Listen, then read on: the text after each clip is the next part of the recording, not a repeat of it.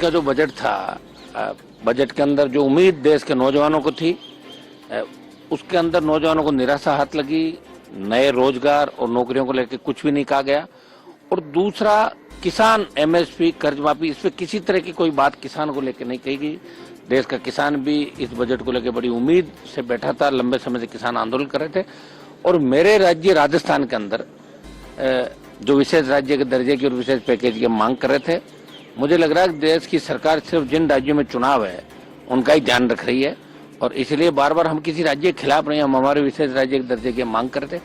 दूसरा, petrol diesel की कीमतें जिस तरह देश में बढ़ रही है, इनके अंदर आम आदमी और मध्यम वर्ग के व्यक्ति को राहत देने के लिए कीमतों में कमी के लिए भी देश बड़ा चिंतित था। देश पेट्रोल डीजल के अंदर इनकी कीमतों में कमी आए, इस चीज से देश के नौजवान, मध्यम वर्ग और दूसरे लोगों को निश्चित रूप से हताशा हुई है। जो इनकम टैक्स का दायरा है वो 12 लाख तक किया, उसको भी अच्छा होता कि 15 लाख प्लस करते। वो जरूर एक मध्यम वर्ग को राहत की बात आप इसके अंदर देख सकते हैं कि निश्चित रूप से पिछली बार हमने मांग करी थी कि इसको बढ़ाया जाए और ज्यादातर सांसद और नेता ही कह रहे थे तो उसको भी 15 लाख तक सरकार को। जब वित्त मंत्री बजट पे रिप्लाई दे तो ये 15 लाख से ज्यादा इसको करे। और नौजवान, किसान और देश के मध्यम वर्ग की चिंता करते हुए तमाम वो मामले जो लोकसभा और इस देश के बजट से लोग चाह रहे हैं वो करने चाहिए। रोजगार और नौकरियों को लेकर कुछ भी नहीं कहा गया।